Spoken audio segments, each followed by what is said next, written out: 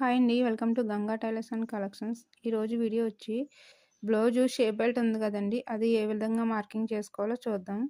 First అయితే shape belt ఎంత పొడవు ఉందో చూసుకోవాలి. ఇలా ఈ విధంగా ఎంత పొడవు ఉందో చూసుకొని అక్కడికి మార్కింగ్ చేసుకోవాలండి. నెక్స్ట్ వచ్చి అది ఎలాగైతే ఉందో అలాగే ఫస్ట్ మార్కింగ్ చేసుకోవాలి. అలా మార్కింగ్ చేసిన తర్వాత ముప్పావించు, ఇదిగో ఇది ముప్పావించు, ఈ పక్కన ముప్పావించు, చివర ముప్పావించు, మిడిల్‌లో ముప్పావించు ఖర్చులకన్నమాట. ఇది ఖర్చులకి వదిలేసి ముప్పావించు ఎక్కడికైతే వచ్చిందో అక్కడికి మార్కింగ్ చేసుకోవాలన్నమాట. ఫస్ట్ అయితే మనం షేప్ బెల్ట్ ఎలా ఉందో అలా మార్కింగ్ చేసుకున్న తర్వాత ముప్పావించు ఖర్చులకి ఒక మార్కింగ్ చేసుకోవాలి.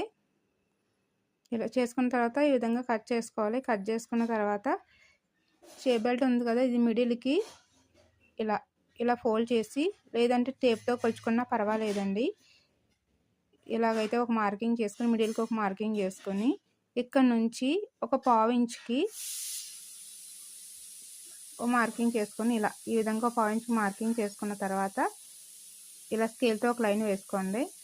ఇలా లైన్ వేసుకొని ఒక పావించు, హాఫ్ ఇంచ్ వేసుకోకూడదండి. ఈ మార్కింగ్ ఎందుకంటే షేపు పైకి ఎత్తకుండా ఉంటుందన్నమాట. చెస్ట్ దగ్గర బ్లౌజు షేప్ బెల్ట్ పైకి ఎత్తకుండా ఉంటుంది.